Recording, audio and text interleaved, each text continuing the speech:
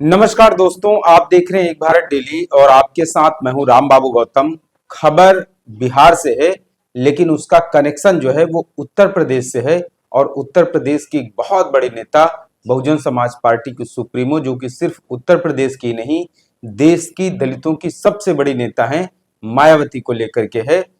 प्रशांत किशोर, जिन्होंने हाल ही में अभी जन सुराज नाम से एक पार्टी बनाई है।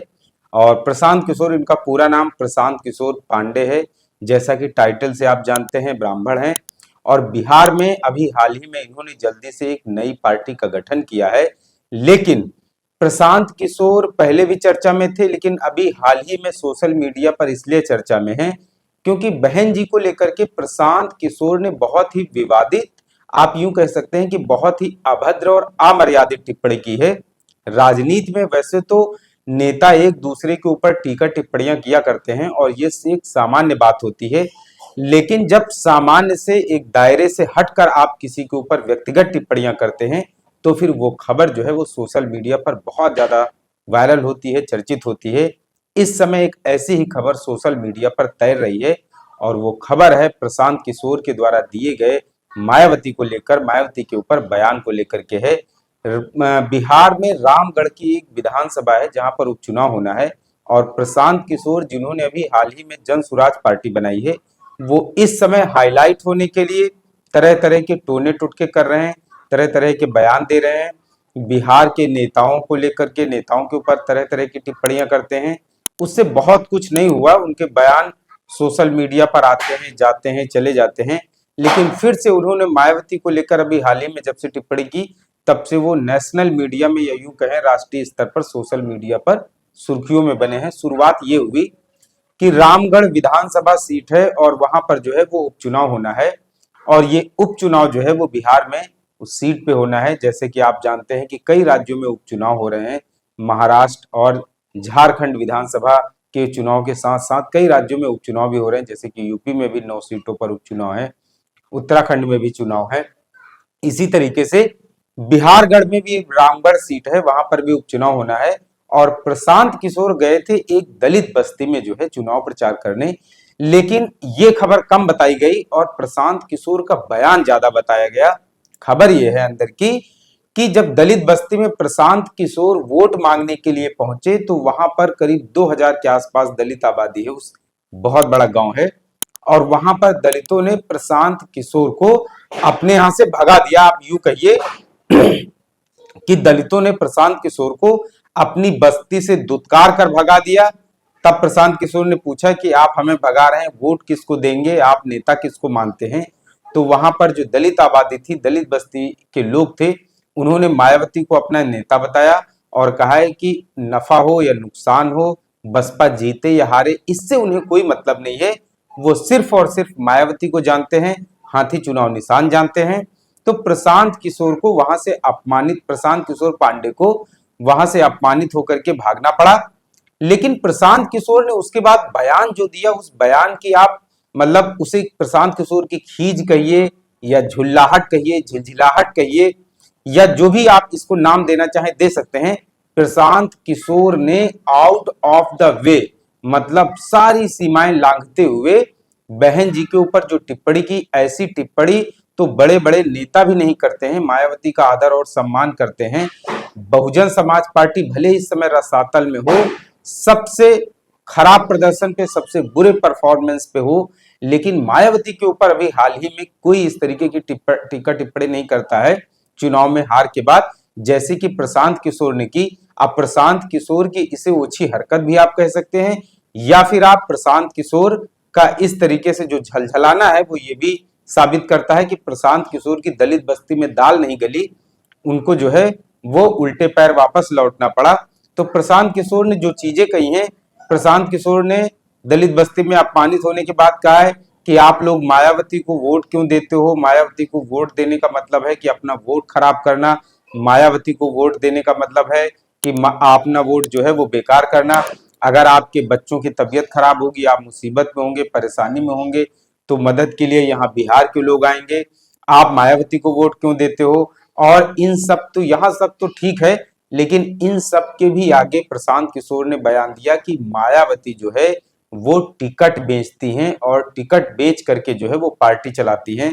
तो प्रशांत किशोर को शायद ये नहीं मालूम है कि प्रशांत किशोर जैसे अभी जन स्वराज पार्टी बना रहे हैं, जगह जगह घूम रहे हैं गाड़ी काफिला लिए। तो जब आप कोई पार्टी चलाते हैं, कोई संस्था चलाते हैं, घर चलाते हैं, तो आपको फंडिंग की, पैसों की जरूरत पड़ती है। कुछ पार्टियों को उद्योगपति चंदा देते हैं, कुछ पार्टियों को बड़े बड़े कारोबारी धनाढ्य लोग चंदा देते हैं, कुछ पार्टियां अपने दूसरे संसाधनों से चलती हैं। लेकिन बहुजन समाज पार्टी के बारे में कहा जाता है कि जो छोटे छोटे लोग हैं, गरीब गुरबे, तो जो 10-10, 20-20 रुपए की पर्चियां कटा करके बसपा को चंदा देते हैं, तो उसी से ये पार्टी चलती है। अभी हाल ही में एक रिपोर्ट भी आई थी, आप सबको पता होगा, तब खुलासा हुआ था बसपा को किसी भी उद्योगपति ने चंदा नहीं दिया। तो फिलहाल इस तरीके की जो चीजें हैं, बहुजन समाज पार्टी के खिलाफ एक बहुत बड़ी सोची समझी रणनीति और साजिश के तहत बहुत सारे लोग काम कर रहे हैं। ये तो प्रशांत किशोर ने तो सिर्फ बयान दिया है, लोगों को बरगलाने की कोशिश की है, लेकिन इन सब से भी कहीं आगे बहुत सारी शक्तियां, बहुत सारी ताकतें, media management, media power, money mafia, बहुत सारे लोग हैं जो बहुजन समाज पार्टी को कमजोर करने की कोशिशें किया करते हैं। बहुजन समाज पार्टी को जो है वो कमजोर करने का पूरा प्रयास किया करते हैं। उसी में से प्रशांत किशोर का भी एक हिस्सा है, प्रशांत किशोर का भी एक बयान है।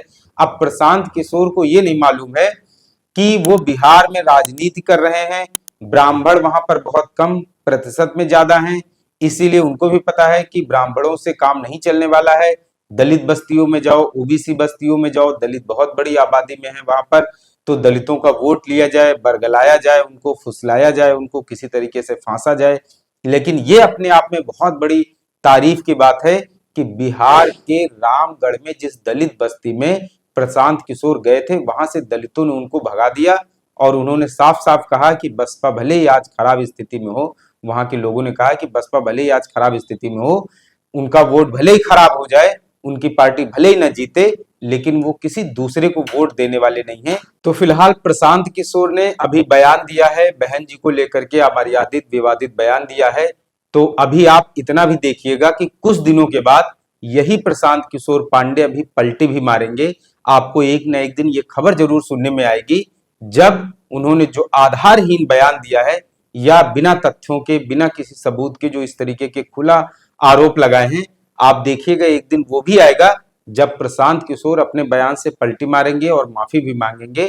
प्रशांत किशोर को अंदाजा है कि उन्होंने जल्दबाजी में या फिर किसी के कहने पे, इशारे पे गलत बयाना ले लिया है, गलत बयान दे दिया है किसी बड़े नेता के ऊपर। प्रशांत किशोर के बारे में कहा जाता है कि वो बहुत बड़े रणनीतिकार हैं, राजनीति में बाजी पलट देते हैं, दांव पेंच खेलने में माहिर हैं, सियासत में उनको जो है वो शहंशाह माना जाता है। उन्होंने कई बार बड़ी बड़ी पार्टियों को चुनाव जितवा दिया है। हालांकि ये सब कहने की चीजें हैं, ऐसा कुछ है नहीं, ये सिर्फ जो है पैसे दे करके बड़ी बड़ी पीआर एजेंसियां हायर करके ये सब खबरें चलवाई जाती हैं। इन सब चीजों में कोई सच्चाई नहीं है। देश की जनता पब्लिक मूड बनाती है कि किसको जिताना है, किसको हराना है, किसको सत्ता में लाना है। अगर प्रशांत किशोर जैसे लोगों की वजह से लोग वोट देने लगे या देश में सरकारें बदलने लगे, तो प्रशांत किशोर को एक छोटी सी खुद की अपनी पार्टी बनाने की जरूरत नहीं पड़ती, जगह जगह दौड़ने भागने की जरूरत नहीं पड़ती, बस्तियों में जाकर वोटों के लिए गिड़गिड़ाने की जरूरत नहीं पड़ती। प्रशांत किशोर पहले की तरीके पटना में, राजधानी में एक अपना दफ्तर खोल करके वहीं से रणनीति बनाते और पूरी बाजी पलट देते। तो ये सब चीजें जो है वो कहने और सुनने में अच्छी लगती हैं, धरातल पर प्रशांत किशोर जैसे लोगों के कहीं पर पांव नहीं टिकते हैं। हाँ, ये जरूर है कि वो देश के बड़े नेताओं के खिलाफ इस तरीके की ओछी बयानबाजी करके सोशल मीडिया पर जरूर आना चाहते हैं। तो सोशल मीडिया पर हाईलाइट होकर के कुछ दिनों के लिए चर्चा में रहा जा सकता है, लेकिन राजनीति में जगह बनाना, जमीन तलाशना और अपनी स्थिति मजबूत करना, अपने हालात मजबूत करना और अपने लिए जो है जगह बनाना, ये संघर्ष से होता है। राजनीति में जो है अपनी जगह संघर्षों के जरिए बनाई जाती है।